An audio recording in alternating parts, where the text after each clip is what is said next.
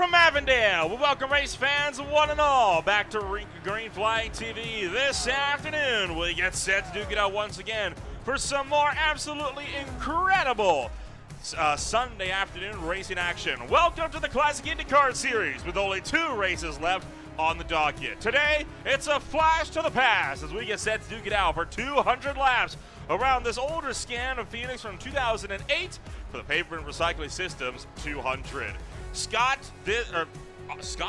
Austin, this racetrack has long been, I think, a fan favorite when it comes to this older layout. It's an extremely challenging racetrack, not a lot of room to hide, and that makes it a perfect challenge for IndyCars.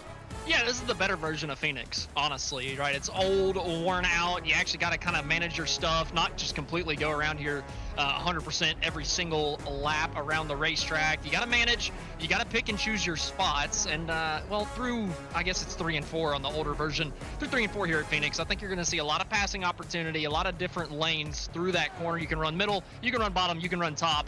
But through 1 and 2, I think you're going to try to find a pretty similar line as everybody else, relatively single file. Most of the moves, I think, are going to come in 3 and 4. It's going to be a wild show this afternoon. Of course, we're going to check in on the overall point standings. Both the overall championship and the championship for the Oval Series are going to be going down to the final race at Indianapolis Motor Speedway for the Indy 500 on November 17th. Right now, Cameron Dearns 29 points ahead of Ethan Agan. And Jan Hoffman still trailing almost 100 points out, and then over 100 out is the Frenchman Lucas Laville. So this is definitely looking like it's a 2-horse race now between Dance and Agan. Going to be a fun ride this afternoon. Going to be an intense ride as well, especially since Ethan Agan not present this afternoon. So this could be Dance's chance to run away with the points lead. Yeah, and it's not too surprising because Cameron has been Mr. Consistency all year long. I remember a couple races ago we were talking about how he just seems to finish in second every single race. And, well, that's pole vaulted him up to the lead in the championship standing. So a very, very great consistent season from Cameron Dance. Going to have to do it 2 more times this year to close out the championship. You know, we talked about Cameron Dance's run that he has had all throughout the course of this championship, and we had good things to say about it, right? I mean, sure, he doesn't have too many of the win column. In fact, only 1 win so far on the season. But other than that, he's had 4 finishes where he's finished at the number 2 spot, another 3 where he's finished in 4th, 1 where he's finished in 6th. Only 2 of the races that he's contended in this season has he finished outside of the top 10, and only 3 outside of the top 5. Consistency is key, and he's showing you don't need a lot of wins to be able to take home a good points lead here in a series like the Classic IndyCar Series where you don't have playoffs. Yeah, it's almost like this is how racing was meant to be and how we were supposed to crown a champion, you know, like a more legitimate. The systems do what they were doing back in the day. Yeah, it's almost like it's a more legitimate system, and we can actually crown who was best over the course of the whole season, rather than who wins at the right time. So I'm happy about it. I like the full season long points. I'm done with the playoffs. Thank God the IndyCar guys don't have that yet. Such a good system, and it's such a good series, and we got a lot of cars out today as well. We've got, of course, 19 out on the racetrack, along with a few that we haven't really seen out a lot this season. Drivers like Art McEwen are back out to party this afternoon. Jack Turner coming back out to play. Caleb Weekly is back out as well. So we have quite a few drivers that we haven't seen too much this season. They're back out to party, and of course, qualifying just got itself wrapped on up. So, Austin, it is pretty much about time that we can take a run down through that starting grid. Only 2 races remain, and this one will set us up for the month of November. It's bound to be an intense ride this afternoon, and let's find out who starts where with the Pavement Recycling Systems 200. Starting on pole position, it is Andrew Aitken running on that front row. 25 thou behind him is the California driver Johnny Garrett, with Cameron Dance back on row number 2 for Orbit Motorsports. Alongside Finnish driver Thomas Mustinen. Jimmy Wilson will start in 5th, with Caleb Weekly out of Illinois down in the number 6 spot. From the Mid-South, it's Logan Simmons, and then it is Vortex Racing's Jan Hoffman. Randy Schumann out of Texas starting in 9th, and then, of course, it's the Frenchman Lucas Laville back in 10th. BJO from Finland starting in the 11th place spot with Franz Josef Stum on his outside in 12th. Rob Barnicow going to be starting in 13th from the great state of California with Marshall Stanley on his outside. Art McEwen from Canada going to be starting in the 15th place spot with Rafael Rodriguez on his outside, representing for PDS Racing. Cesare Monzato from the Italian Peninsula going to be starting in the 17th place spot, and then Luis Zambelli from Canada going to drench himself in some maple syrup after tonight, hoping that he can bring home the checkered flag. And of course, you got Jack Turner down at the tail end of this field as well. Luis Zambelli actually not making the start to this race. He is going to be having to start his run from pit road. Not an ideal drive there for Zambelli. We'll have to leave ourselves to wonder on why he will not be making the start to this race. But this field is rolling here, Austin, for the one and only lap before we'll go to green flag racing. Overall, do you have a favorite to win this race tonight? Man, that's a tough question. I'm gonna have to go with. I like Johnny Garrett starting in second. I think Garrett's gonna have a breakthrough performance tonight. Well, we'll see if you're going to be right. They'll work through the dog leg this time. No dog leg to cut. It's all grass down to the inside. And as we've seen in Gen 7 and Gen 4 cars, hitting those curbs, you're going to be taking flight. And in these cars, that is almost certainly bound to be a day ender. You're going to work itself through turn numbers 3 and 4. Once again, we're happy that you are joining us for some more racing action on Green Flag TV. The safety car is off. Pace car's in. Aitken takes off. It's go, go, go from the Phoenix Desert. Nice clean start from everybody as we funnel down into turn number 1 in the penultimate race of the season. Cameron Dance able to flow through into second place, starting in third. Already through to second. Johnny Garrett just trying to hang on. He's falling back to third. Moostonen all over his gearbox coming through 3 and 4. And Andrew Aitken from the pole is going to come around turns 3 and 4 and lead the first lap. Aitken leads lap number 1 to green. The rest of the pack in hot pursuit, just a little ways behind as we fight down the backstretch into the dogleg and set ourselves up for 3 and 4. Cameron Dance, Johnny Garrett, Thomas Moostonen all under a blanket in the battle for the top 4. Fifth on back, starting to drop off. Passing, going to be an extremely difficult challenge this afternoon. I mean, passing at this track is already no easy feat, but let alone in cars that are ripping around here at speeds of 160, 170 miles an hour. And a lot of this is in the dirty air too, right? These guys are running a pretty middle speed racetrack, I'd say, for the Indy cars. And, well, there's a lot of dirty air whenever you're running at this speed around these corners. You're coming through turns 1 and 2 right there. If you're just tucked behind somebody's gearbox coming through turn 2, you just better believe that that front nose is going to be pushing all the way to that outside wall. And you just got to hope and pray you've got enough wheel put into it with maybe not too much gas put into it to actually drive you up to that big blue wall on the outside. I feel like the exit of turn number 2 is going to be a really trouble spot, especially if you're stuck in that dirty air. So we got a side-by-side battle here off of 4 and now back down into turn 1. Shoemake way around the outside, and he's bringing a couple cars with him. Is that Josef Stoom on the inside having problems? Oh, and he's into the infield grass. That is Franz Josef Stoom, and he's just found the inside wall. So big issues for Franz Josef Stoom early in this one as he's going to be dropping back. And that could force the number 34 Aero X entry into pit road. Let's take a ride on board with him. Oh, he just got hooked up on those curbs there. You know, you can do that in stock cars, but in these cars, they will rip you right around the second you bottom out. Yeah, it looked like as soon as he touched the curb with his left front tire, it just instant gripped and pulled the rest of the car around with him. Kind of a tough break there for Franz. I think he was just trying to get out of the way of a train of cars coming around on the outside, just trying to get himself through the early portion of this race. So to have it go wrong off of something so minor is extremely frustrating there for Stoom, who's down pit road. Do you want to know what that curb of the backstretch is doing a great job of setting these guys up for? Indianapolis Motor Speedway. The curbing on the inside of the turns 1, 2, 3, and 4 there, it will do the exact same thing. It is not to be trifled with. So this is a great, I think, warm-up test here. This guy's going to use to not attacking those curbs like they might in some of the road course races. Take a look at one of the Vortex cars. That's Marshall Stanley going around the outside of Shoemake. Still some moves getting done. That was a pretty late move there from Shoemaker, at least a kind of a slider up across the racetrack coming out of turn number 2, or sorry, not from Shoemaker, from the 25 of Marshall Stanley there in 11th, just cutting off the nose here of Rodriguez. Rodriguez trying to get the run down the exit of 4, but got a little loose coming off the corner, lost the momentum, and he might be under pressure now as we head down to 1. That was a wicked sideways snap there from Rafael Rodriguez. By the way, Franz Josef Stum down, not out. He is coming back out onto the racetrack, running in 18th right now, and he is going to be about 4 laps down. His gamble right now, other drivers are going to back out from this race when they have problems, and they can pick up some free spots. I imagine we're going to have a couple. A racetrack like this, it's keeping everybody that's relatively similar pace, kind of in the same little battle packs right now. The top 3 all up under each other. Andrew Aiken, Cameron Dance, Thomas Mustinen. And then a little bit further back, you've got 2 stragglers in between with Johnny Garrett and Logan Simmons. But then you go a little bit further back and we have another 4-car battle pack. So I really do think that we're going to see some really close racing throughout the entirety of the day. And maybe, these guys might be wishing that they had fenders by the end of it.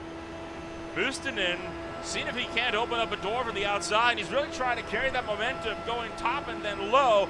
He's really got to try to find something on Cameron Dance. Look at Dance, though, all the way up to the top shelf.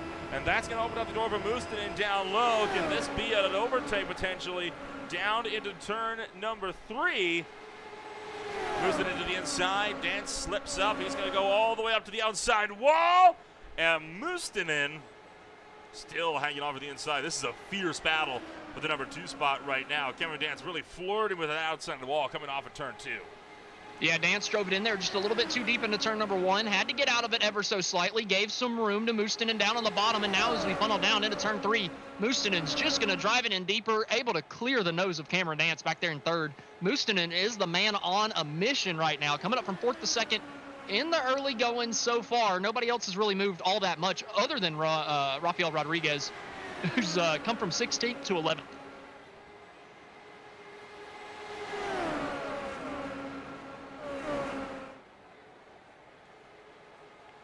So this battle for the lead going to continue on. You can see just how close it's getting between Mustinen and Andrew Aitken. I think these guys have needed to take those few laps just to try to settle into a rhythm. Now that they've got that rhythm established, they're feeling a little bit more comfortable to actually start battling it out with one another.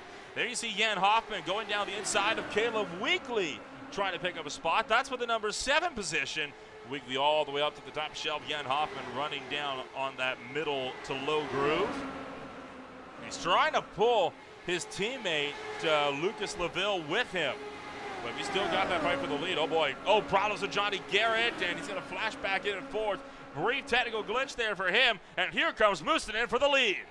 Oh yeah, Mustinen off of turn number 4 has the run, looking to the bottom of your race leader.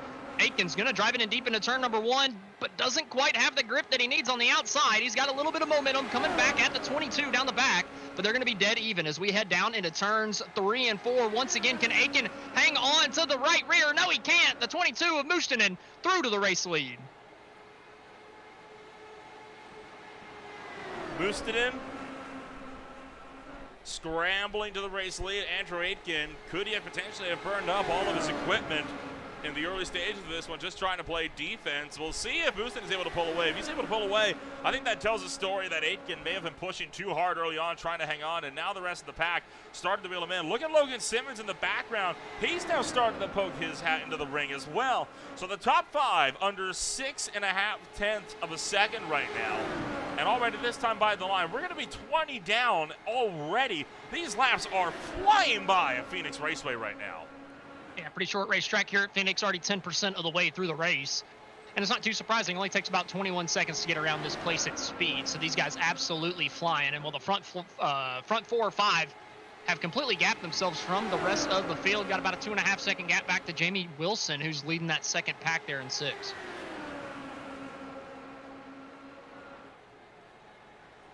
Top 5 under a blanket. Just behind them, you've got Jamie Wilson. Like you said, running that 6th place spot. He is holding a pack of 4 right now with LaVille Weekly. And just tagged on at the tail end. Got VJO just in the rear. But further behind them, Rafael Rodriguez and Marshall Stanley on a 2-way fight. And then they're side-by-side deep in the field as well. This is for 15th, 14th, 16th, and 17th. Cesare Monsato leading the way ahead of Shoemake, Turner, and Barnacow. Oh, contact, look out, the Indycar. Rafael Rodriguez spun hard into the wall. Single car accident, and that will slow us down for the first time tonight. Oh, Stanley just came off the corner a little too quick on the bottom side of the racetrack and got the left rear of Rodriguez. Rodriguez had done a great job moving through the field in the early going, but Stanley got to the inside and just got too tight exiting the corner and took out the left rear of the 80 here. Taking a look. Marshall Stanley going to get up there to the number 80 car of Rodriguez, and must have been next time through. Yeah, it must have been. There we go. This will be the story. Right there. Then second hit, that sends him into the outside wall. All things considered, I don't think that's horrible damage. It kind of dissipated quite a bit with that impact, so we could be able to get that car relatively sorted under the caution flag here. We'll see what's going to happen. It wasn't ever like a massive hit, and I guess you can change your front wing, right? So most of the damage came to the right front of that attached. Wing. Yeah, it was. But he hit it nose first in the outside wall. You'd expect it to do some damage to it, but I don't see a lot. Quick splash and go for most. Cameron Dance wins the race off of pit road. Here comes Simmons and everybody else. It'll be a longer stop for Rodriguez, and it's a longer stop as well for Marshall Stanley. Stanley's sitting in the pit stop for a long while, so he may have gotten some more damage than we thought. He did take a pretty hefty whack onto the front nose of his car.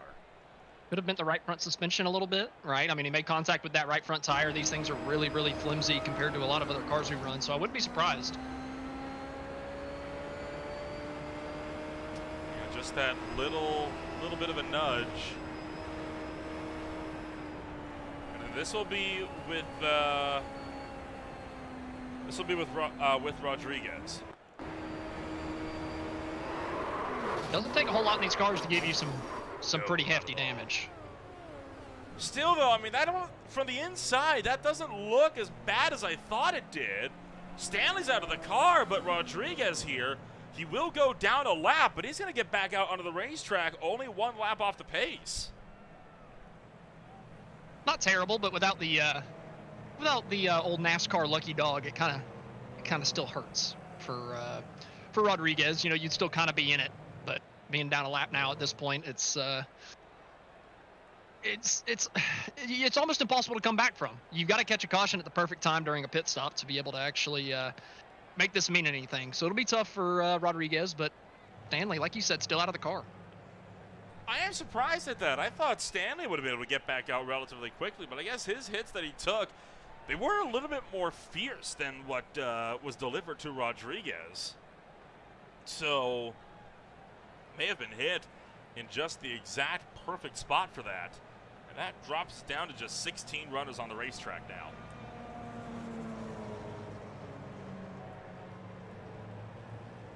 The Flying Scotsman takes up the race lead.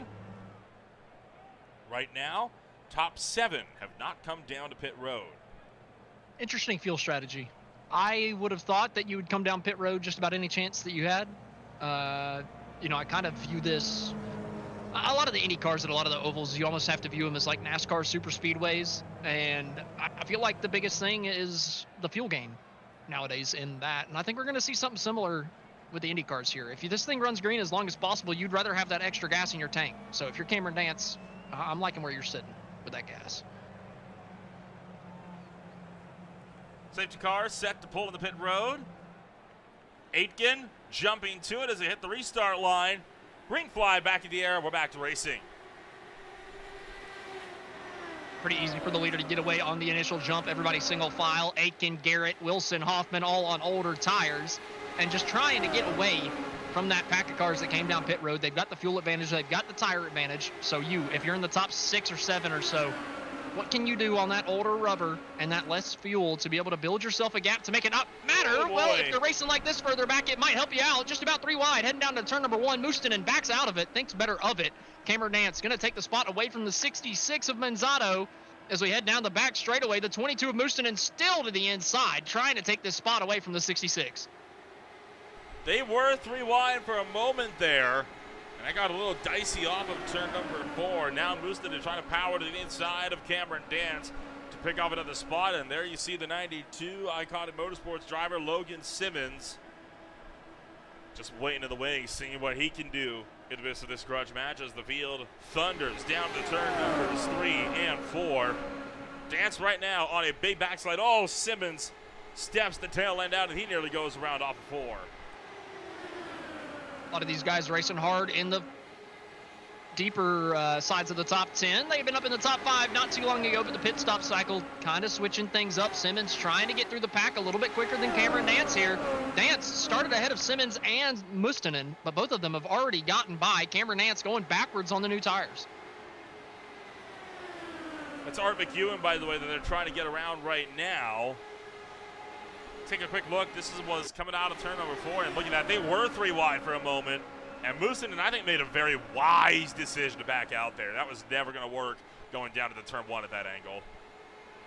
No, you know, you get in a stock car and you can make it happen because if you have a little bit of contact, oh, well, what's the big deal? We're just beating doors a little bit. But here in the Indy cars, you're 3 wide through a tight corner like Phoenix turn 1. And, well, any little bit of contact is going to kill everybody around you. So it's a little bit smarter not to have any type of wheel-to-wheel action unless you absolutely have to, unless you can make the pass made. Like the 10's trying to do here. We might have another 3 wide battle down the front straightaway. Caleb Weekly to the inside. He's not going to make the move, though. So just a little bit smarter. But Dance has been struggling, man, since this restart.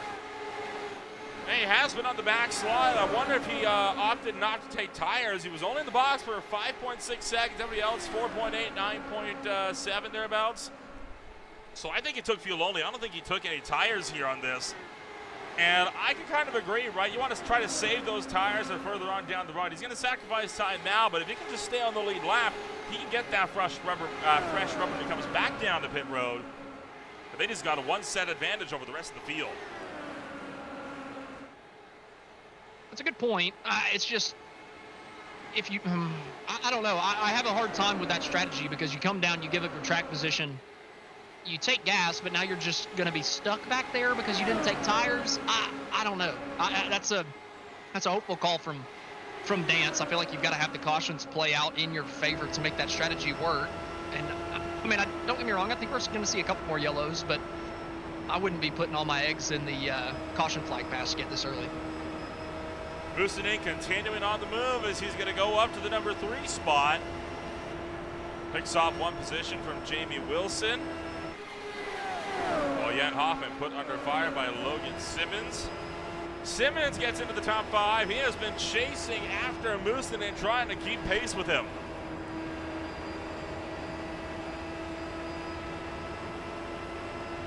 Coming down the back straightaway, looking to the inside. Not going to have any room to actually make anything happen here as we're coming around turns 3 and 4.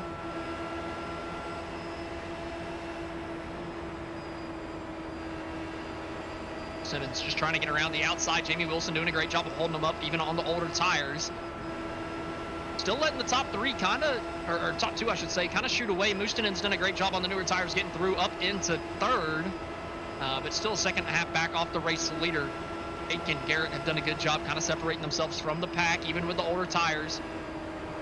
But I got to think a lot of these guys that stayed out are hoping and praying that caution flag comes out sometime soon as finally Simmons to the outside here of the 87 as we funnel down into turn number 3.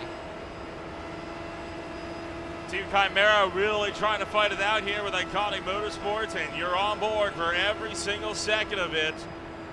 Almost nothing between them at some points as they work off of turn numbers 3 and 4.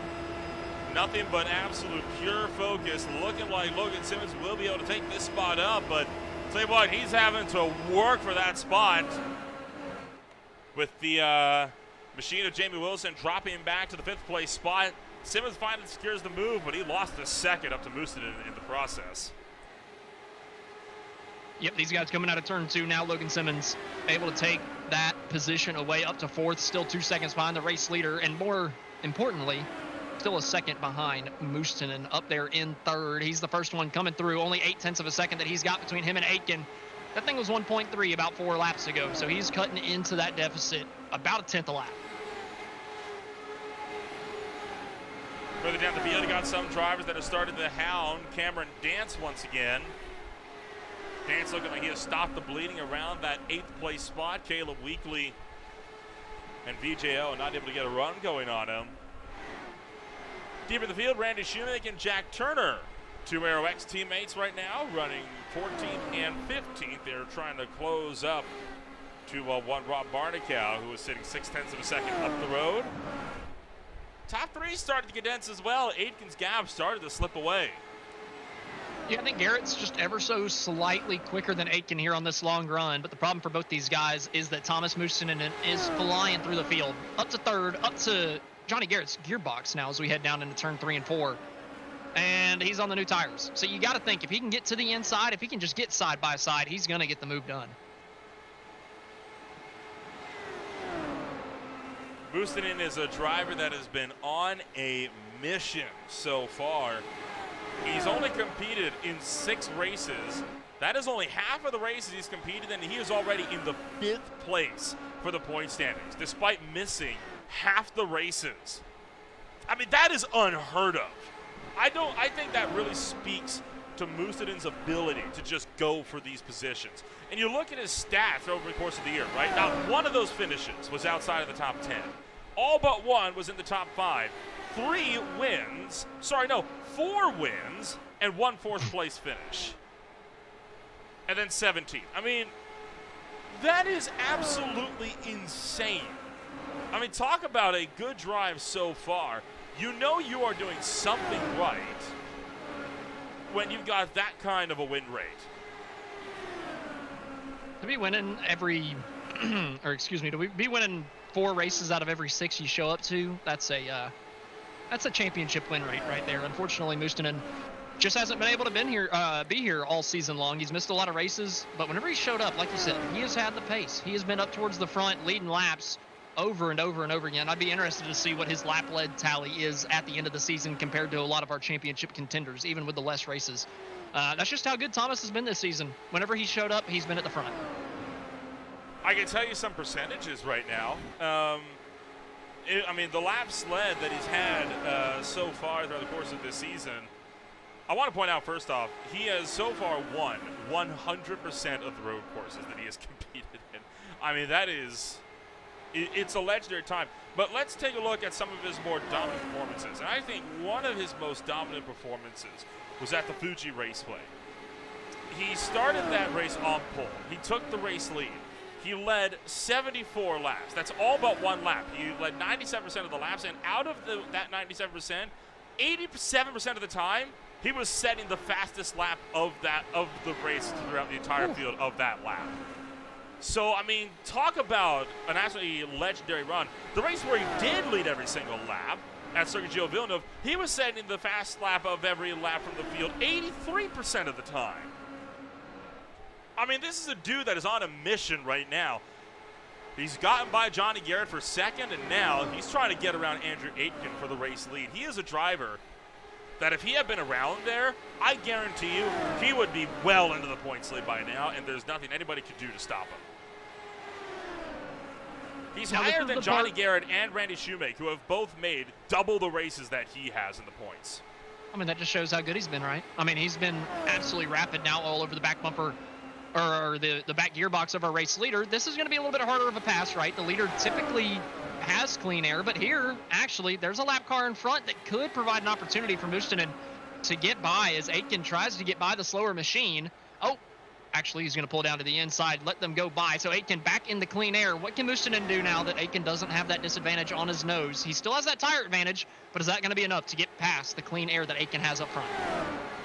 Mustonen looking high, Aitken having to take a little bit more of a defensive line. You can see the different lines between these two. They try to fight it out. There goes Mustonen looking to the inside this time, and it's turn number 1. And the iconic Motorsports number 22 trying to lunge one up the inside. No dice, it looks like, for the number 22. Aitken hangs on for one more. Yeah, Aitken doing a good job hanging up here on the older tires. I'm a little worried whenever he does get in the dirty air. Is it going to affect him seriously, right? He's been up in the clean air just about the entire race so far. So whenever he gets back there behind Mustonen, maybe even behind Garrett, how is that number 27 going to react? But for right now, he's focused on keeping that clean air. Maybe even hoping that yellow flag comes out, because at this point you're thinking everybody's probably going to come down pit road you're going to be one of the guys on newer tires, and you'll be in the advantage again. But right now, no yellow, and Mustonen looking to the inside again off of 4, as Aiken actually put it in the fence entering turn number 1. A little bit of contact with those right side tires. Boy, I mean, they are trying to have a time of it, aren't they? I mean, it is a big drive right now. These guys are struggling with to try to fight it out. You've got Aiken, you got Mustonen right now running 1 and 2. And this isn't the only battle on the field either. You've also got this fight further down the pack here. This is between Wilson, Dance, Hoffman, LaVille. And they're in a big-time scrap for that 5th place spot. And they have been ever since the restart. They have not been able to break away from one another either. And looking like Cameron Dance trying to claw his way back into the top 5. He's got some long-run pace on those tires. Around the outside and nearly into the outside wall. Ooh, that's just too close if you're Dance. These things do not take a beating. It just takes one bad bit of contact and your race is done, dusted, you're multiple lap down, and you're not fighting. But right now, Dance able to keep it out of the fence, and now able to put it down to the inside of Jamie Wilson, heading down into 3 and 4. Can Dance get back into the top 5? Running Wilson a little wide off the corner. Not going to be able to complete the passes. They're still going to be side by side down the front and into 1. Jamie Wilson, though, trying to get the drive back around the high side. It's about a 6-car pack here. Got 2 of the Vortex Racing cars that are just behind with Jan Hoffman and Lucas LaVille, both eager to try to find a way to get through. Dance and Wilson hugging each other as they look to get down the front stretch, back down to 1.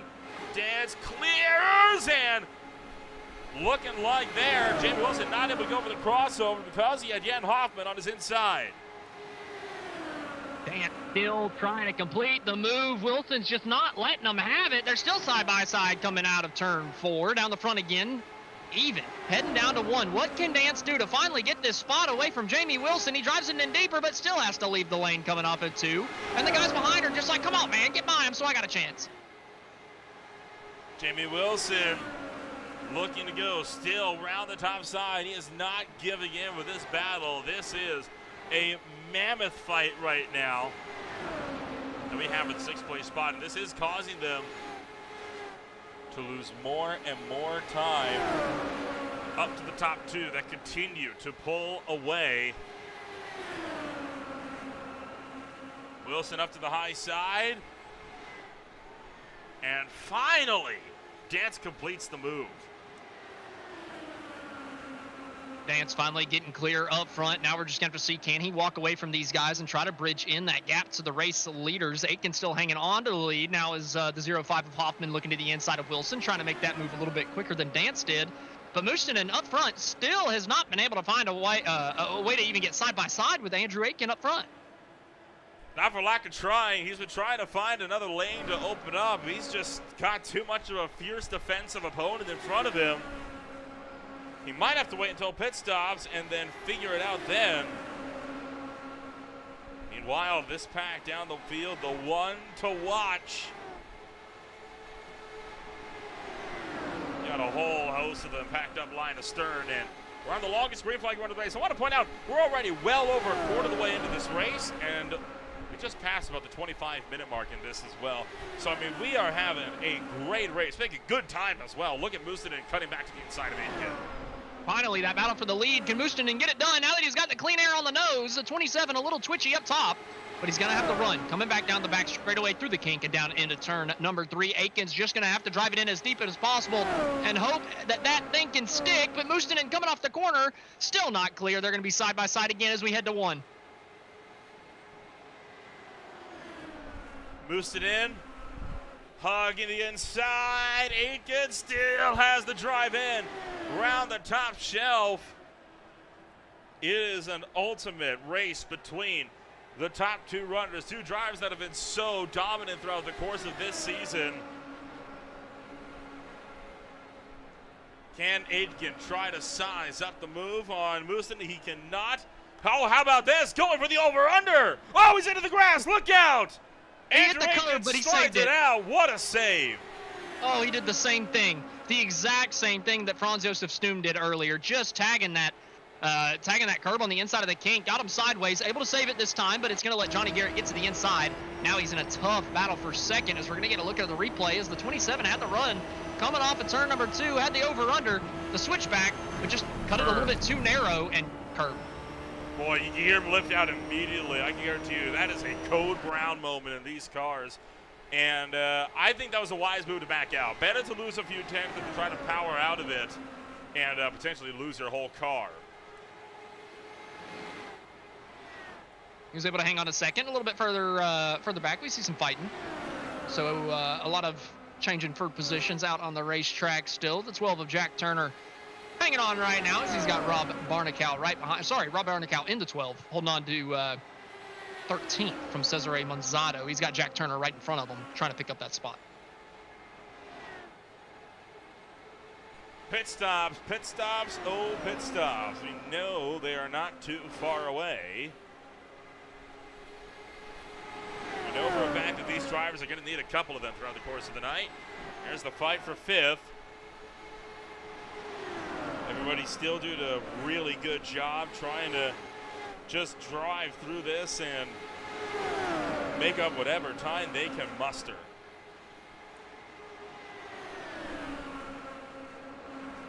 Now I feel like the clock is really ticking for a lot of these guys because Mustonen has gotten into the lead. I feel like he's the fastest guy out here right now at the moment, and so now he's just going to continue to build that gap out over a lot of these guys as we're starting to see some of the guys that did not come down pit road under that first pit stop starting to come down.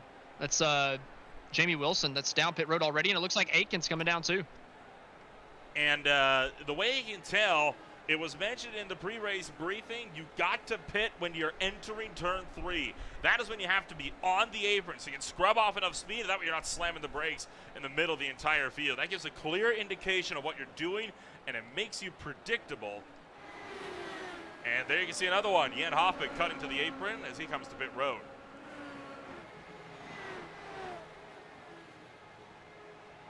Getting woe down just before that line. I think that, having to be on the apron through 3 and 4, it opens up a lot of opportunity to gain some time on this pit sequence. Where can you push the max, right? Where can you absolutely find the limit of grip on the apron? Can you gain a lot of time on your competitors over the course of the green flag pit stops? That's what a lot of these guys are hoping. Looking at Jan Hoffman, who's come down pit road. And now a little bit further back, Johnny Garrett pitting out of the top 3.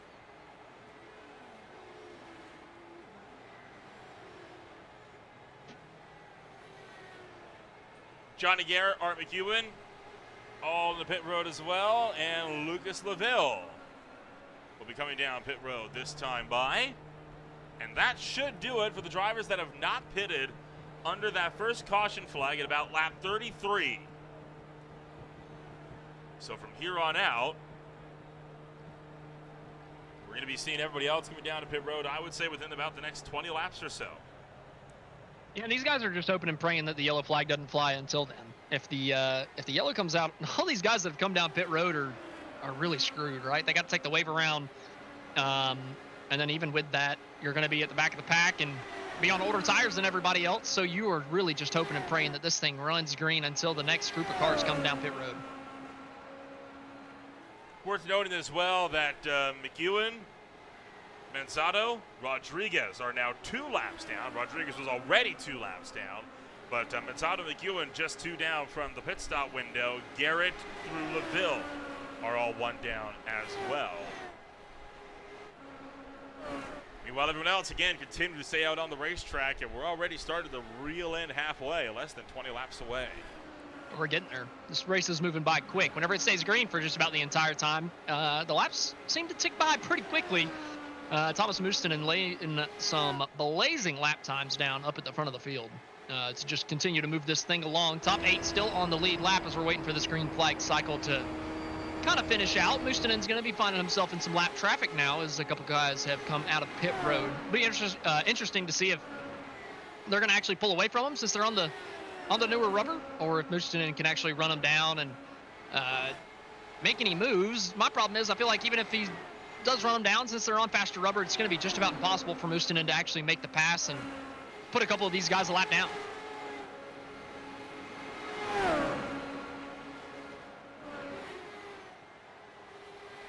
hard challenge. Well, I'm very curious to see how this is going to all work out. Then you see two of the Iconic Motorsports teammates, Caleb Weekly and VJO. They're sitting just behind each other, well, just near one another, nose to tail. Might be working together with little draft you can muster at a place like this. There is Aitken and Jamie Wilson. They pitted about 4 laps sooner than LaVille and McEwen did behind them. And that could leave them vulnerable here if LaVille and McEwen start to run down the gap with some of that fresh tire.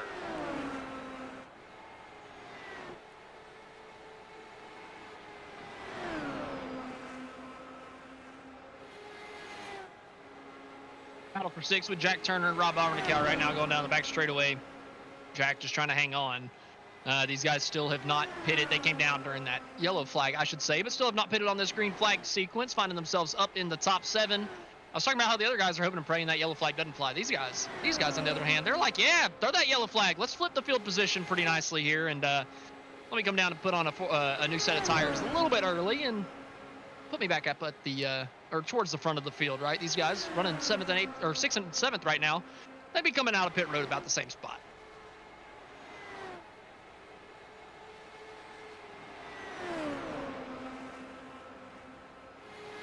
So we're nearing in on that halfway point. We want to give a quick shout out, of course, to the folks that helped keep the lights on here for the for this fine series. That is the Classic Indycar Series.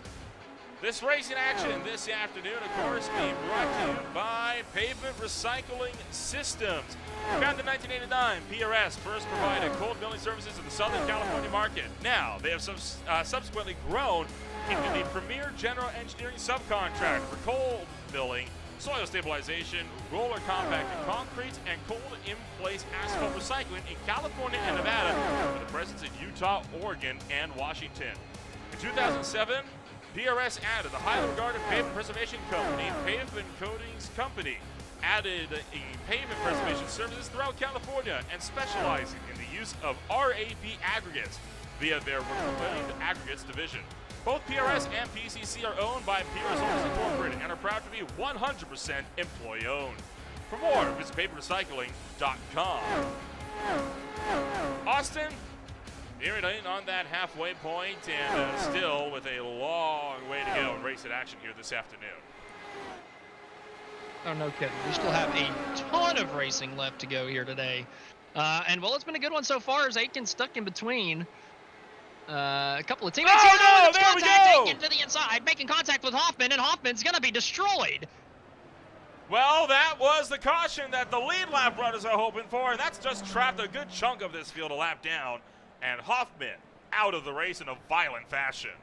Well, and if you're Aitken or Hoffman, you're one of the lap down cars. You can't wreck. Why would you be one of the ones involved in it? Now maybe I'm being a little too harsh on Hoffman. He did just kind of get ran over down to the 1, but if you're Aitken, that's a move you can't make. He's trying to go over the position and lose as little time as possible. Slams into the left rear of Hoffman and just sends him careening into the outside wall, and that puts an end to what is so far been the longest run of the night. This is at speed. It's a hard hit. It's a late move. It's a hopeful move.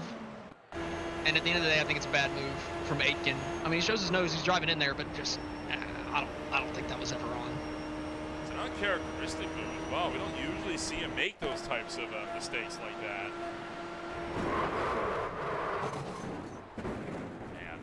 And that was over the second they hit each other.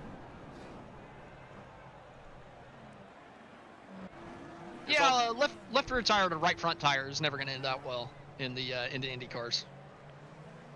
There's all the lead lap cars making their way back out onto the racetrack, and we find ourselves under the yellow flag for the second time today. This caution coming just short of halfway. We'll be back in a moment on Green Flag TV.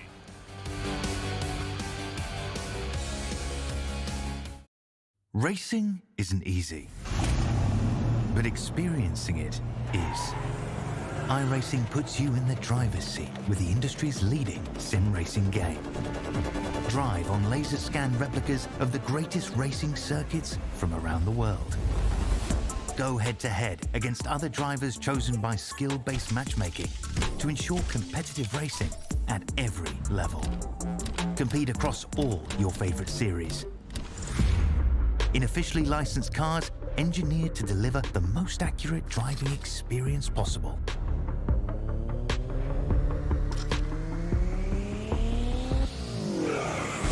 Join a race or host your own with players from across the globe. Race against the computer or in a league with friends. Feel the thrill behind the wheel.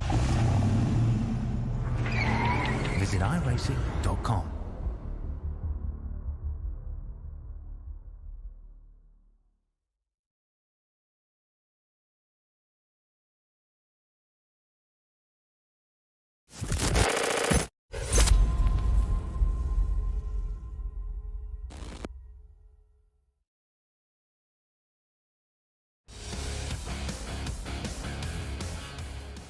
Welcome back to Green Flag TV. The lights you saw in there, they just flicked out aboard the iRacing pace car. We're going to wave several of the cars around.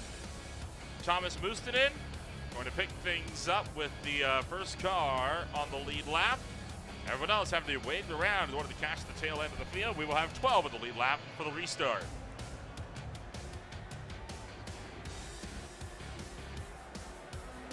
After the wave arounds, we're going to get a good chunk of the field back on the lead lap, but they are going to be on a little bit older tires. Now they do have one more tire set than everybody that just came down pit road under that caution. So if one more comes out, they'll be in a decent spot. But they need a pretty quick caution to make it worth it.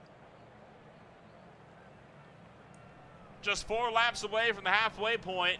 Boosted in all the way up to the outside line. Pace car going to make its dive into pit road. And Mustinen going to take off. Cameron Dance trying to anticipate, couldn't do so successfully. Mustinen gets away into turn 1. Yeah, Mustinen easily gone and in the distance as we head through 1 and 2. Aitken, the one involved in that last incident, is now stuck in the mid-pack on older tires in 10th. Now back on the lead lap, but like I said, he needs that yellow flag to come out in the next 20. These guys a little bit further back. They're hoping and praying somebody makes a mistake that they won't be caught up in. 3 wide through 3 and 4. They're going to get it sorted out. Back down to 2 as we come off the corner. But Wilson and Aitken side by side coming down to 1. No, close between him and Aitken. Garrett. And Johnny Garrett directly in front of him, fighting it out side by side with Jamie Wilson. Cesare Manzano in the mix of this as well. Boy, they are just stepping all over each other, trying to get some kind of momentum going. One of the Vortex cars ducks way low on the racetrack. As Cesare Manzano all the way to the outside line, getting a little sideways. He's going to get that car back underneath him. Top runners still breaking away for the rest of this field by a pretty healthy handful. Top 3 separated by 3/10, and then it is another half second back to just 4th place. We're halfway down, this time by 100 down. It'll be 100 to go. And Mustinen still up in the lead a little bit further back. Aitken trying to make his way through the field up to 9th to the inside of Shoemake here. Actually, that's a lap car that he's down the inside of, so just trying to get himself back into a spot where he can continue to make up spots as he's riding in the 9th place spot right now, getting past the 40.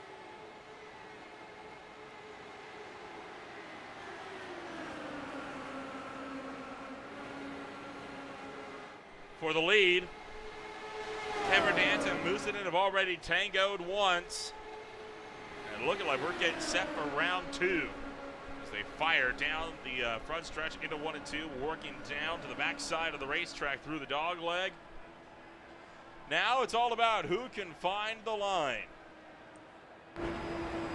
You got to think, Dance saved that set of tires earlier in the race, so he's in a pretty good position right now. Still 2 behind the pit wall. Mustinen in the lead, only has 1 more behind the pit wall. So maybe Dance, that strategy play a little bit earlier, might come into play here. Now that they're on equal rubber, Dance is looking feisty.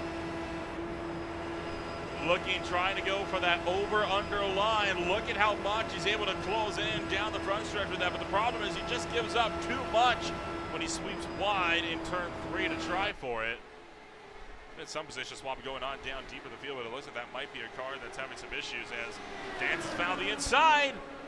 The over-under worked. Trying to take it away with the icon of motorsports driver. Nothing between them off of turn number 4. Moosonen driving it in round the top. Dance not done fighting yet down the inside. Ridiculous how close these two were to touch, and coming through 3 and 4, and this time through 1 and 2. Dance leaves a little bit more room. Maybe he thought that was just a little too close the last time that we were on this end of the racetrack. But once again, down into 3, Cameron Dance drives it in a little deeper. Thomas pinching him through the center of the corner, trying to get a better run off, and they're going to be side by side, even down the front and to the line. Cameron Dance trying to see if he can't cling on. Can he sweep up across the nose? Not quite that time. Dance takes to the bottom side of the racetrack and secures the race lead. Now, Moosonen having to deal with Logan Simmons. Yep, Simmons looking to the inside, but he's not going to be able to do anything. So Moosonen's going to be able to settle into second. But how about Cameron Dance? He wasn't looking too good earlier whenever he didn't take the tires, but now he got that caution flag he needed. He's got that rubber on the race car, and he is absolutely flying up to the race lead. Good grief, that is so unbelievably close. I mean, take a look at this move here coming down into turn numbers 3 and 4. And look at how tight, they touched. They did make a bit of contact there in the middle of the corner. How they didn't wreck is beyond me with that. You're playing with the netcode gods on that one, that's for sure. No kidding. Whew. I wouldn't be risking it with that, but sometimes, hey, sometimes, you know, netcode taketh and sometimes netcode giveth. That time netcode gaveth. Look, full send or no send, right? Yeah. And if netcode be damned, right? If it happens, it happens.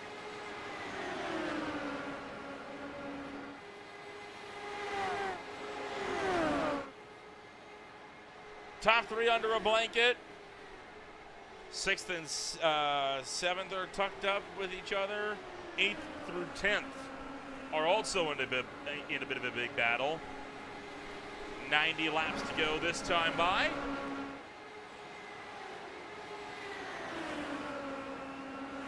And we continue the march steady on through racing action this afternoon with Lucas LaVille now trying to pressure Andrew Aitken.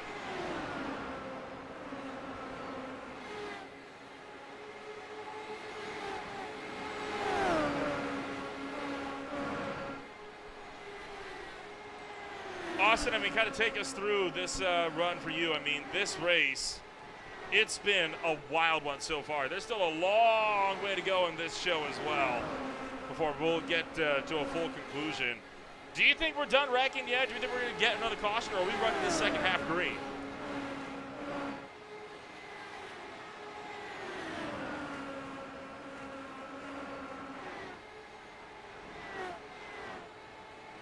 And we may have just lost Austin Edstrom, so we're going to try to get him back here quickly. For now, Andrew Aitken, Lucas LaVille, Johnny Garrett packed up nose to tail as they'll fight 8th, 9th, and 10th. Fighting their way around through turns 3 and 4. They're remaining in firm lockstep as we drive it back deep into turn number 1. Meanwhile, the top 3, Dance, Moosonen, Simmons, having a good effort of it still, but looking like Cameron Dance started to pull away from the top 2, making it quite clear this race is his for the taking. He wants to maintain that points lead, he wants to extend it so he can be in a safe place come Indianapolis.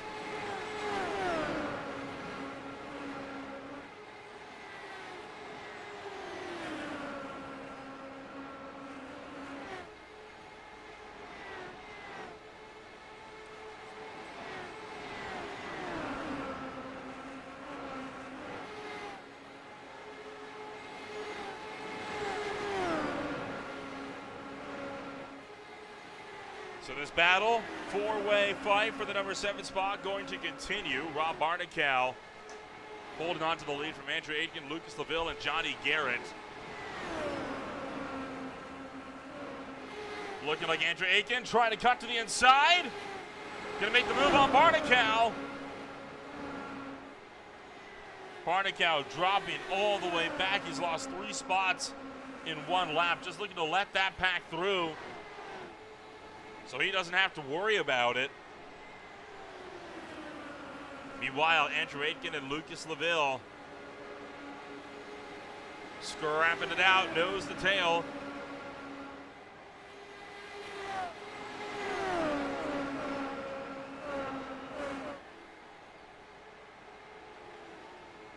Right now, running with just 0.2 of a second amongst them.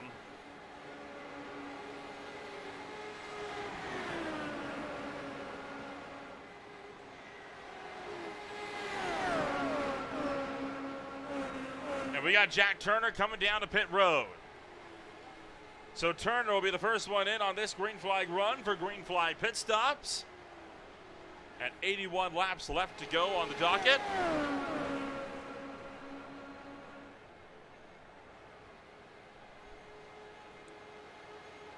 Top three still getting away from one another. Whoa, boy! Look at LaVille getting close to the outside wall as he has to scramble. Coming around through turn numbers 1 and 2.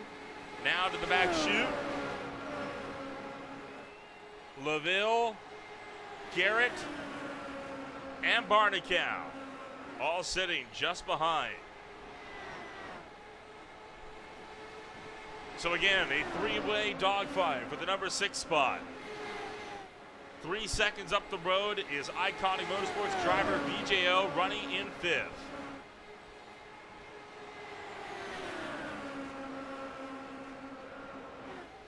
Good old high-speed racing action at a tight 1-mile oval like this. Could not have asked for anything better than kick off a Sunday afternoon. I mean, this whole race is completely based around just a massive, massive dogfight with each other. Everybody trying to see what they are going to be capable of.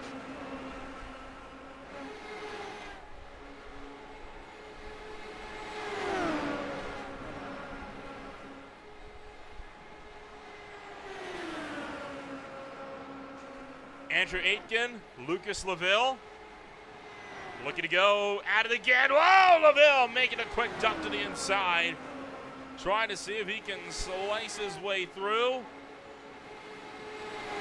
No dice there on that one. Andrew Aitken with his Aero X number 27. Trying to get himself up and rolling with another good spot. LaVille still hunting for that inside line, and that's because he's under some heavy pressure from Johnny Garrett. Right now, LaVille is in an Aero X sandwich. He's trying to find a way to be a piece of the bread and not the meat in the middle. Driving deep into turn number 1. LaVille sweeps up the racetrack, nearly contact between them. They're going to push up and nearly get into one another as they come off of turn number 2. Back through 4. Aitken's letting light down, contact, spin, crash hard into the wall. Big wreck up into turn number 1. Barnicow slides through, just avoids. And that is going to put us under the caution flag once again. Violent wreck on the front straightaway, and LaVille is out. 129 laps in the books. Take a look. Andrew Aitken, second car that he has taken out this race, just cut to the inside and just got loose, drifted back up, and left rear hooked the 2 heavily into the inside wall. And that spun LaVille all the way up the racetrack, and look at Barnicow lock it down. Just squeaked through down to the inside of the racetrack. This is at speed. It's a heavy lick into the wall. The good news is, for several cars, this is going to get them back on cycle with one another. Oh boy. It's a wild onboard from Lucas LaVille's perspective for sure. Let's ride on board with Bartek out here. We'll show you what he saw.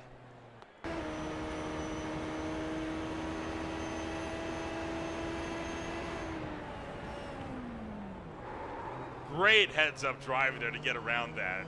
Phenomenal work from Barnacal. Caution's out for the third time. Dance. First in, first out of pit road. We'll be back in a moment on Green Flag TV.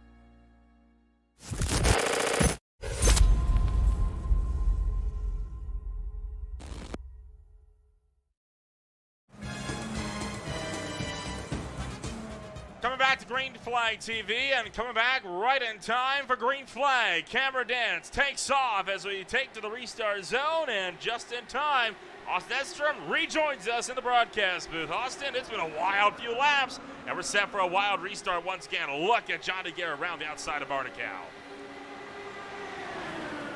Yeah, this thing's been wild since the drop of the green flag. Got back some time to see the accident that happened just a moment ago, but now that we're getting racing again, can't wait to see where the next one's going to come from.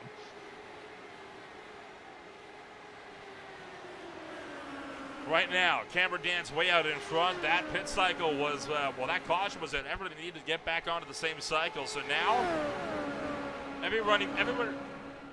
everybody more or less running the same strategy now. Mustonen, Dance, Simmons, VJO weekly within 2 seconds of each other. And then it's, well, sixth back to everybody else with gaps of half a second or lower. It's wild, though, about how much like a 0.2 of a second gap looks like at this track. I mean, like a quarter of a second here, you're looking at like 2-3 car lengths. In NASCAR, that's bumper to bumper.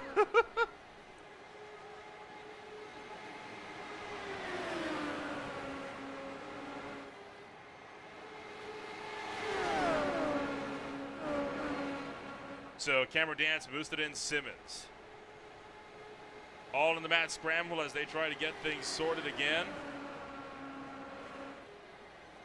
Fighting our way through the high side of turn number 2, down the backstretch through the dog-legged back to 3. 10.5 between Mustonen. He is really looking to really put the pressure up on Camera Dance up the road. These guys still fighting for that race lead. Moostonen not letting Cameron get away just yet. Coming up to just about 60 laps to go. It'll be 62 here at the line this time. By Moostonen a little wide out of 4, trying to find any way that he can build some momentum down this front straightaway, but it's just not going to be enough. You really got to figure out a way to get side by side down this long back straightaway and through the kink. I feel like that's probably your best opportunity.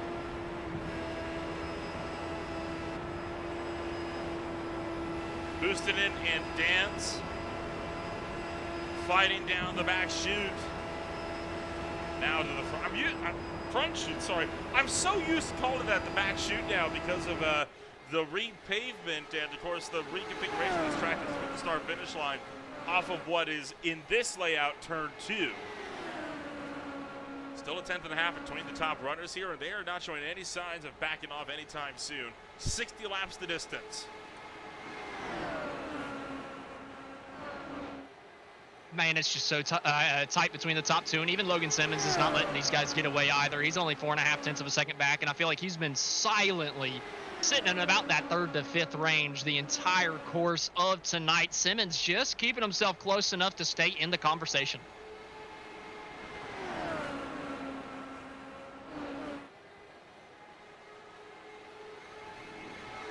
Just about a 10th of a second separating now, the top bunch. Logan Simmons started to drift a little bit further back down the road. Oh, into the outside wall. I think Moostonen may have just caught the fence there coming off of turn number 4. If he did, it hasn't hampered his progress. He may have just barely kept it out of it. But a hairy moment for that 22 car coming off of turn number 4, that last time by.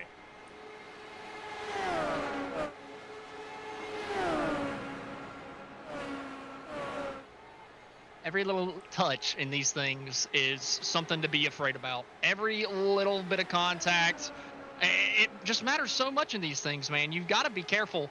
And for Moostonen there, just pushing it a little bit too tight a couple laps ago, but it looks like he's going to be just fine. I don't think that he's got any damage on that thing. He's still staying right on the back gearbox of Dance, and they're still fighting further back in the pack as well, coming off of turn 4 and down the front straightaway. We're looking at VJO and Caleb Williams. Caleb Weekly putting on a show for 4th.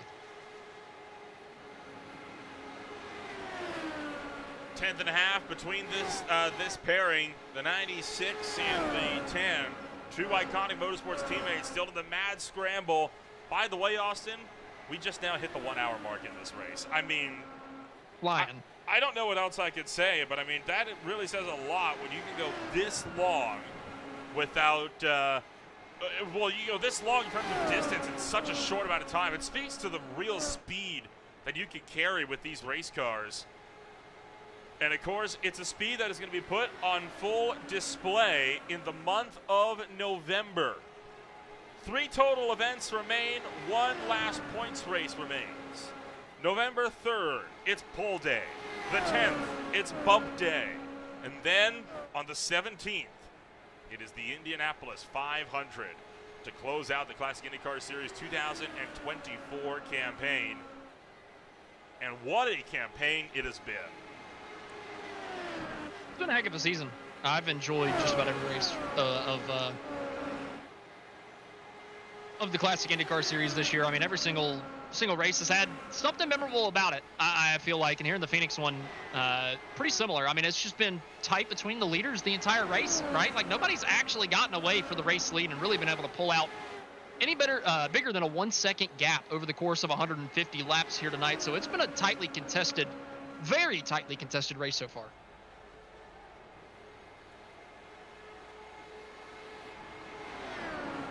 Cameron Dance and Thomas Moostonen. Oh boy, a little scrape there with the outside wall for Moostonen. Logan Simmons working the field just a little ways behind. And then, of course, that leaves Weekly, VJO, and Johnny Garrett. 4, 5, and 6. Duking it out for big points on the line.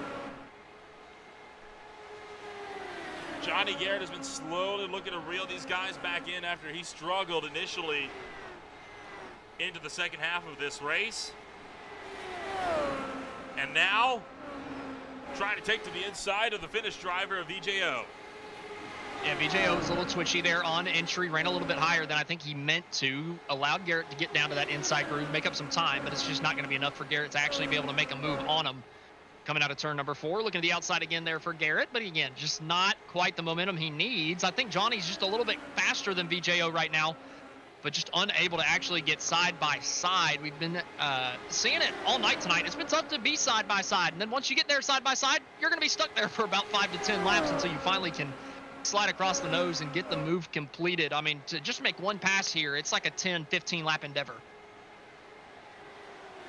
And that's something that really speaks just to the challenge of this racetrack in particular, right? It is a track that is so difficult to pass at. Again, even just by the standards of the cars that normally run here, let alone in Indycars that are going almost double the speeds.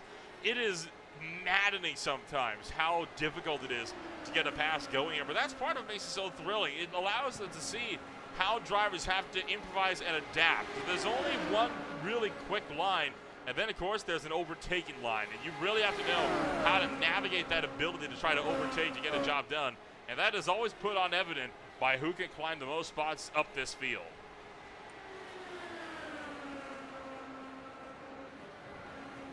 Still tight battling all throughout the field, watching the battle from 4 through 6. Still Garrett not able to do anything to VJO, and VJO unable to do anything to Caleb Weekly. Maybe VJO would have something for Caleb if he wasn't under pressure this entire time from Johnny himself, but those three just kind of stuck in their own little battle while the front two continue to scamper away from the rest of the field. Mustonen and Dance have actually dropped Logan Simmons from their little battle pack up here for the lead. Simmons about 1.3 seconds back as we're starting to see somebody come down pit road. This is the 40 of McEwen back in 11th. Yeah, big news here for Art McEwen. He's going to come back down to pit road, and that will drop him back a lap. Here's another battle we haven't talked about too much since the restart. Jamie Wilson versus Rob Barnicow. They're fighting it out for the number 7 spot. Barnicow, of course, just barely managing to get around that big wreck with Lucas Laville on the front straightaway for the Aero X car. I'm still amazed that Barnicow didn't get into him because he was on a 4-tire slide to try to make sure he didn't hit that number 2.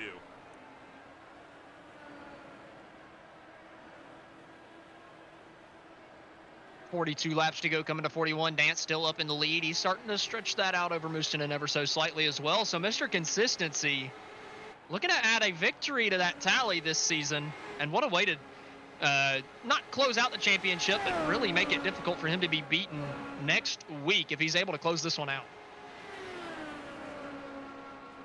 I can't believe that Dance has only gotten 1 win this season. And it came at it over, right? It came at Gateway, Worldwide Technology Raceway, in what was an extreme attrition-filled race with only about 6 cars actually finishing that race. And only 4 of those were on the lead lap. So I'm shocked that Dance has not been able to get to victory lane since, but I'm glad that it seems like he's finally found some of that form. He's looking to take at least 1 more win this afternoon coming into the final weeks of the series. Cameron Dance, I mean, it's just, like we've mentioned it time and time again tonight, it's been just Mr. Consistency all year long. And like you said, you know, the one random win, but without that win, it's just second place, second place, second place, third place, second place, second place, second place. I mean, it's just ridiculous, the run that this guy has been on all season long. I mean, has there been a race? Maybe 1 race that we haven't talked to him on the podium this year, maybe 2 at the most. I mean, it's been that time of year for Cameron.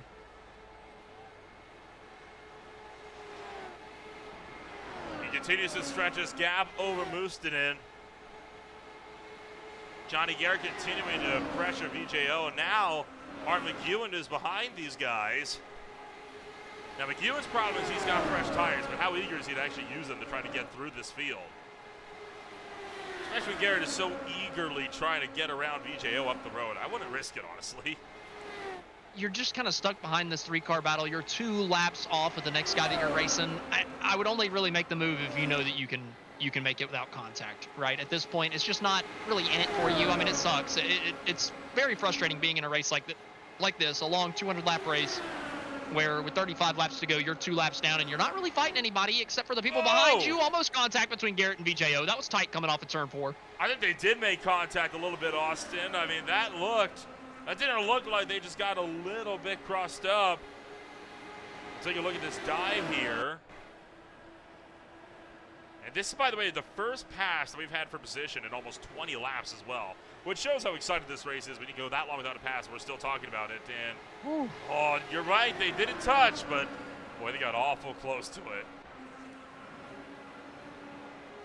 That's the thing. If they're an inch closer, both cars climb each other, right, and start doing aerials in the sky trying to hit some insane Rocket League trick shots. But, you know, they stay off of each other just barely, and everybody stays on the ground, and we're still racing rather than playing soccer cars.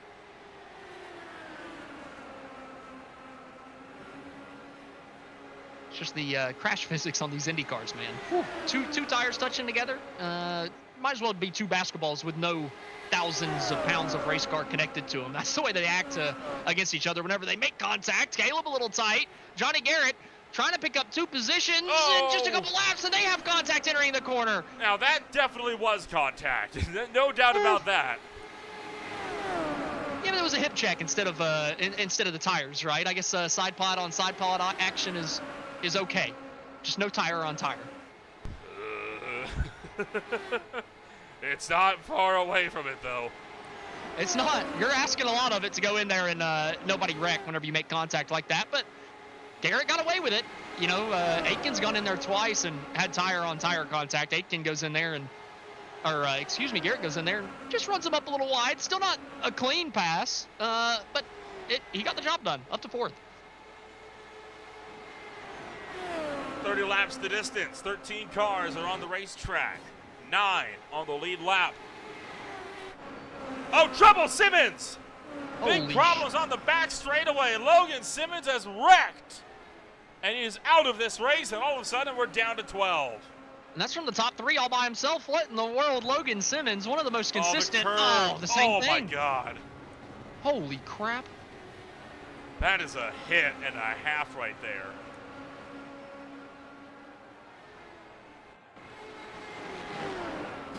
It just takes a moment. Just takes one moment of falling asleep, just ever so slightly, just barely not thinking it through all the way and just dipping the wheel onto the curb. 1 lap out of 200. And unfortunately, that's all it's going to take to knock you out of the race. Fortunately for the rest of the field, Simmons far enough off the racetrack that the yellow flag doesn't fly, but 27 laps to go. That's a tough break for Logan. And again, that is at one of the fastest points on the racetrack, too. I mean, I could not think of a worse place to go head-on into the wall than right there.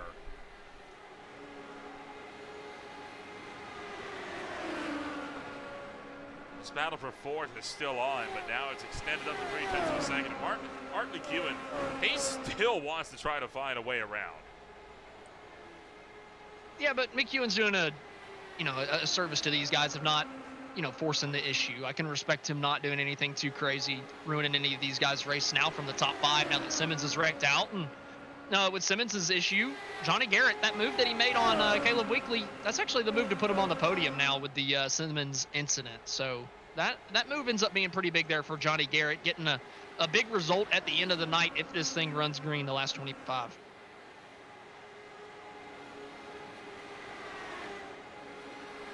Three-way battle here started to develop between Jamie Wilson, Randy Shoemaker, and Rob Barnical. Have been steadily getting a little bit closer as the laps run down, especially Barnical really trying to close in on Shoemaker. Did a pretty darn good job on keeping him honest, but still not quite able to have the best of lunges up at a turn number 3. He's still trying for it, though, and I give him credit for that. He could get him by the end of this race. I definitely think he could, too. I think anybody that you see right now that's right on the back bumper of somebody, that's about it, right? Like I said earlier, it takes about anywhere from 5 to 15 laps to start a pass and then actually get it completed unless somebody makes a mistake. So I think you're really looking at the guys that are on somebody else's back bumper right now, or at least relatively close, that could potentially make a move. Looking at VJO on on Caleb Weekly. Maybe VJO can get up there and make a move. He's at least close enough.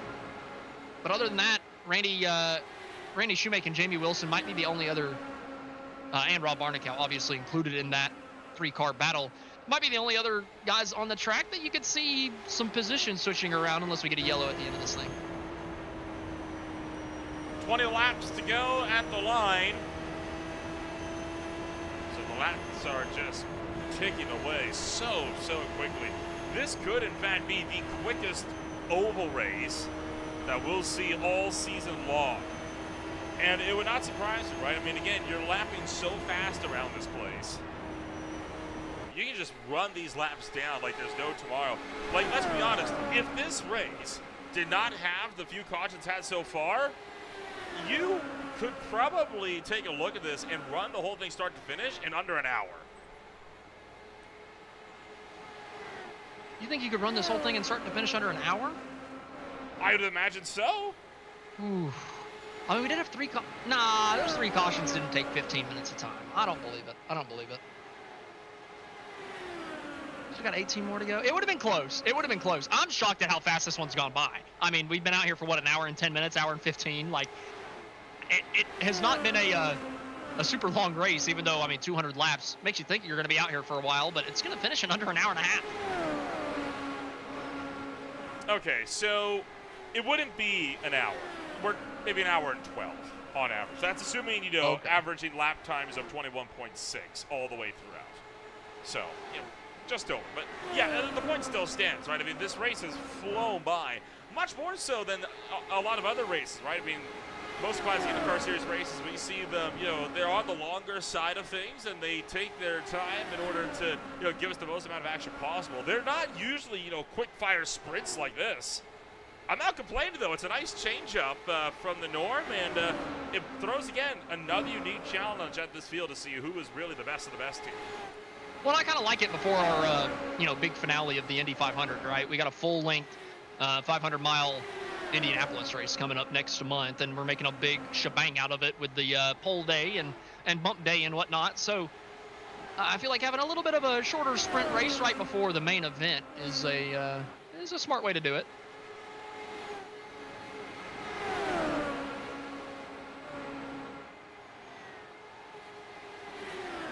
VJO and Caleb Weekly still pedaling it to see who can come on out with a solid drive here this afternoon. 4th and 5th in a fierce grudge match.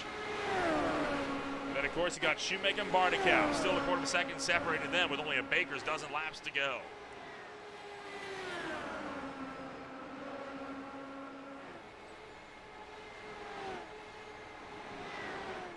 Shoemake just trying to hang on right now. Good run from Randy.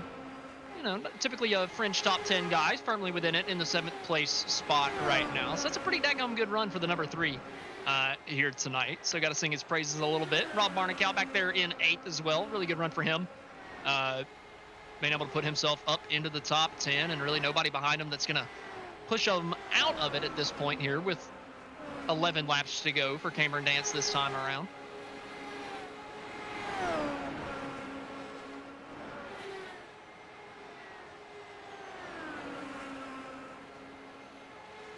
Boosted in, dropping back 1.5 seconds now for Cameron Dance. And doesn't look like Cameron Dance is going to have any threats to the top step as he'll cross over the 10 to go mark. Remember as well, we don't have any overtime in IndyCar racing like this. So if we do get a caution now, it is going to put us dangerously close to the to running this race under caution. I feel like if we had the yellow right now, I think we'd get about 4 laps. So we're getting down to the weeds of this thing. Not too much longer. Cameron Dance just hoping and praying that that yellow flag stays in the back pocket of the flagman for at least another 5 or so laps.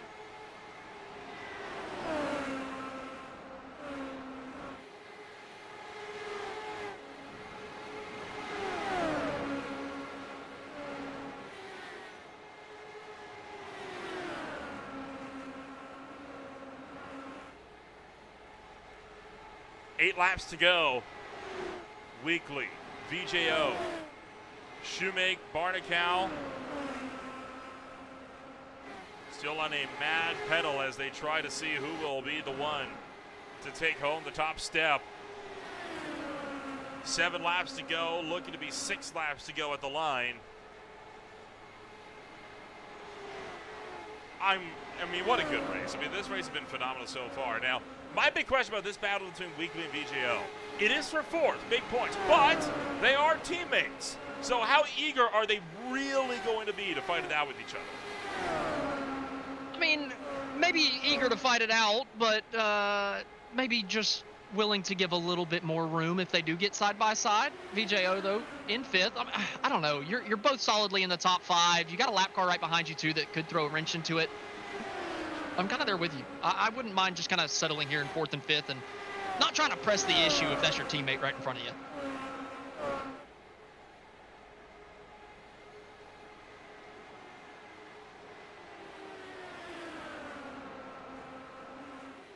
Five to go. Some of the intense anticipation for these fights continuing on. The only fights on the racetrack, quote unquote, right now, you got Iconic Motorsports teammates and you've got Aero X teammates that are right now nose to tail and Dance in a league of his own. And what a statement from Cameron Dance going into the last race of the season next month. Everybody going to the Indy 500. Everybody wanting to win that thing. Cameron Dance is going to put himself up on the top step of the standings heading into it with a pretty hefty lead going into that race. So Cameron just doing everything right here tonight. What a consistent race. Good strategy call in the early going that I wasn't too fond of in the moment. But it's come around here with 2 laps to go, and Cameron Dance is looking like he's putting that strategy up on the top step of the podium tonight. I mean, it's just been no mistakes from the driver, the number 6, all day long. Now just a lap and a half to go. His main competition was Thomas Mustinen, and Mustinen has dropped back to 1.85 seconds. Dance coming around through turn numbers 1 and 2 to the back straightaway. Just has to navigate 3 and 4. And Cameron Dance, after so many weeks, can finally call himself a repeat winner in the Classic Indycar Series.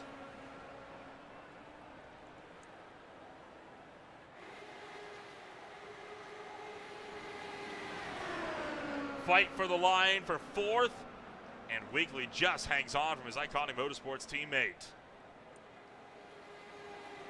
Great finish for both those guys coming home in 4th and 5th. Johnny Garrett up on the podium. What a night for him. Most of the time, whenever we see Mustinen, he wins the race. Tonight, he's Mr. Second Place, and Mr. Second Place is up on the top. Deb, how about Cameron Dance? He's going to feel great about that entering the final race of the season.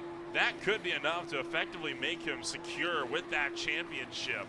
We'll have to see how this will pan out, but if my math is correct on this, I'll have to wait for the drop weeks to factor in as well, but Dance should be smooth sailing. I don't see anything that can really put a stop to that number 6. Yeah, just don't wreck out in the Indy 500 and you'll be good.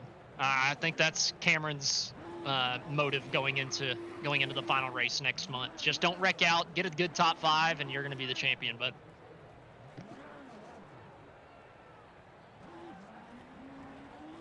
Well, with all that said and done, take a rundown of your official post-race results this afternoon for the Pavement Recycling Systems 200. Cameron Dance takes home the race win with Mustinen in 2nd. Johnny Garrett was 3rd. Caleb Weekly 4th. VJO in 5th. Tim Wilson 6th. Shoemake in 7th. Barnacow 8th. He was the last one on the lead lap with Andrew Aiken and Art McEwen rounding out the top 10. 11th place is Cesare Monzato, 12th Rafael Rodriguez, 13th Logan Simmons, Lucas LaVille, Jack Turner round out the top 15 with Jan Hoffman, Marshall Stanley, Franz Josef Stum, and Luis Zambelli rounding out the 19-car field here tonight. And that is going to be that. A wild drive this afternoon.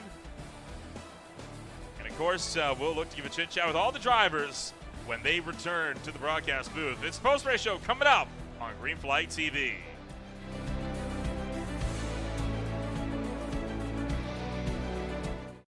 Racing isn't easy. but experiencing it is. iRacing puts you in the driver's seat with the industry's leading sim racing game. Drive on laser scan replicas of the greatest racing circuits from around the world. Go head-to-head against other drivers chosen by skill-based matchmaking to ensure competitive racing at every level. Compete across all your favorite series.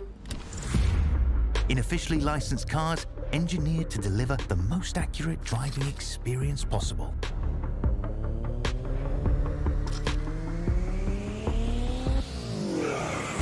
Join a race or host your own with players from across the globe. Race against the computer or in a league with friends. Feel the thrill behind the wheel. Visit iRacing.com.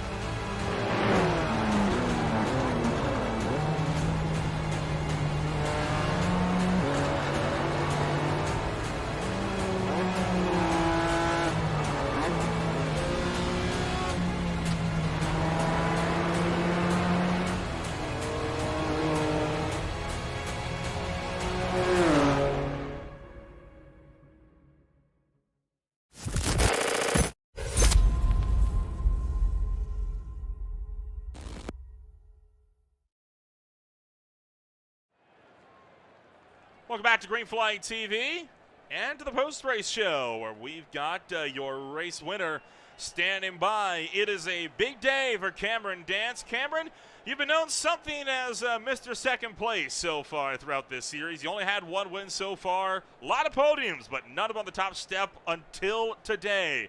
Your first win since Gateway, and you had to beat a driver that's already got 4 wins to his name to get it done.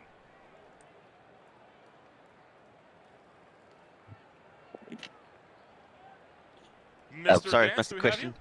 There we Yeah, go. there we go. Yeah, look, awesome race. The car was absolutely on rails all race long. Yeah, I can't believe it was just that quick, especially compared to how everybody else was tracking in the long run. So yeah, it's just finally great to get the monkey off the back, and yeah, also absolutely awesome to have done what we've done today and going into the final round as well towards the championship as well. You were able to take the race, well, not the race lead, but the points lead, at least provisionally, before factoring in drop weeks into this race, because, of course, Ethan Hagan was a no-show last week, and he was a no-show this week as well. So it's looking pretty secure for you entering the month of November, but it's a whole new deal, right? I mean, you got not just race day, you've got pole day, you got bump day. Kind of talk through what the next month is going to look like for you with the CIS. Yeah, I mean, we're just pretty much going to be like absolutely grinding the heck out of Indy, to be honest. The set from last year was pretty good, and we're pretty confident we're going to have a decent car. So we'll have to just give it a red hot go and see how we go. I'm not sure if we'll get pole. It'll just depend on who's going to turn up, I should say. as I know there might be a few ring-ins, but we'll see what happens. Look, the car's going to be quick anyway, so even if we don't get sort of pole and we end up in sort of that top 5 of the of qualifying and then just go from there, it'll be a really good result regardless. And then on race day, I guess just try and send it and see what happens. We look forward, of course, into the future with the Classic IndyCar Series. Win or lose, no matter what it is when it comes to the championship and the Indy 500, have you already put any thought into if you're returning for 25? I haven't actually really thought about it, to be honest. Hopefully I'll be back because I really enjoyed driving this car, and the series is really enjoyable as well. So I'd like to be back, but we'll see what the future holds. Potentially there might be some stuff going on in the background that might make that a little bit difficult, but we'll see what happens. Well, sounds like a solid plan. We'll see you when we return to the Brickyard and, of course, to one of motorsport's most hallowed grounds. For now, congratulations on your second win. We'll see if you can end it up with a hat trick at the end. Yeah, cheers, boys. Cameron Dance comes home with the #1 spot this afternoon, and that will bring on down the third-place runner, Johnny Garrett. He is standing by with Austin Edstrom. Man, Johnny, it was a great race from you here tonight. You were my pre-race pick. I thought maybe you'd have a shot to get up there to Cameron Dance and Mooston in, but they were just a little too quick. But towards the end of this race, man, you made the moves necessary to get yourself from 6th to 4th, and then one guy crashed out in front of you to put yourself on the podium. What was it like working through VJO and Caleb, man? Because it looked like you were just working them lap after lap. Oh, hey, first of all, thank you very much. Yeah, that was, wasn't sure if I was going to get both past those guys working. They were working perfectly as a team should, in front of me. So I just hung in there, and there was even some lap traffic coming up. I was thinking of letting that guy by and see if, make some doors open or something like that. Well, you ended up passing them both on the racetrack, getting yourself up to 4th, and then Logan Simmons spun from the 3rd place spot, vaulting yourself onto the podium. So what were you thinking whenever you took that podium spot, man? I mean, it seemed like it was a pretty quiet race from you mostly, but you never put a wheel wrong, and you were there whenever it mattered most at the end. Oh, you know what I have to say against these two guys, Cameron and Tuomas? For me, I'm thinking of it as a victory for me today. So in my mind, it's P1. These guys are so good. But Well, that's a congrats. great way to look at it, man. Thank you. Congrats to Cameron Dance too for pulling that off. He's awesome. Well, Johnny, congratulations once again on the 3rd place finish here tonight. It was a great run for you. Who do you have to thank at the end of this one? Thank you so much. I always want to reach out for Robert Grosser creating this incredible league and all the current admins and past admins alike. You guys for covering this for sure, and my team AeroX. We work really hard on our setups, and yeah, thanks everybody. Thanks for the chance to do this, and look forward to Indy 500. Well, Johnny, congratulations once again on the good finish. Thank you for the kind words as well, and thank you for giving us a little bit of your time to come up here and talk after the race today, bud. You guys take care. Like I said, for me it's P1, so don't tell, All right, don't Johnny tell Garrett, anybody. your race winner here tonight in the CIS series. No, but Johnny, congratulations, man. Good run. Thanks again. All righty, that was Johnny Garrett. It's a win to him, but it's 3rd place on the official record books. But still, that's a great run for Johnny Garrett, bringing home, I believe, his best finish of the season so far. Yeah, I think you're right with that one. I mean, Johnny Garrett's season, it's been quite a bit of up and down for him, hasn't it? And I know that he is going to be very happy to get that podium. And I can't exactly say I blame him. I mean, he has been here for all 13 races so far. It is his first podium of the season. His next best was a 4th place finish at Worldwide Technology Raceway. He has gotten quite a few top 10s elsewhere, finishing between 6th and 10th at Long Beach, Fuji, Road Atlanta, Coda. So he's been good on the road courses. Just hasn't had much for the ovals this season. But he's going to no doubt be giving it his all when we go to Indianapolis Motor Speedway.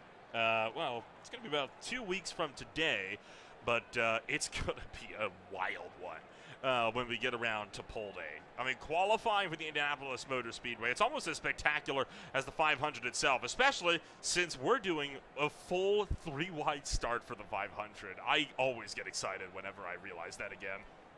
Oh, we're going to have a fantastic race. Come about a month's time at Indy. I'm telling you, you're going to want to be there. Indy 500 for the CIS to end the season out, to crown a champion. I mean, it can't get any better than that. Only one race remains in the Classic IndyCar Series, but even still a long way to go before we get to that point. Of course, tonight, The ASRO Next Gen Cup Series swings out to Interlagos for the second to last race of the regular series season. Tomorrow, it'll be the High Tide Racing League MFRD Premier Series. Swinging on out to the Brickyard. They'll be going out for an 80-lap trip around the oval for round number 6. With the OMSRL Cup Series kicking off the round of 8 at Kentucky Speedway this Tuesday, and the Beer League swings to Belgium on Wednesday at Circuit Zolder.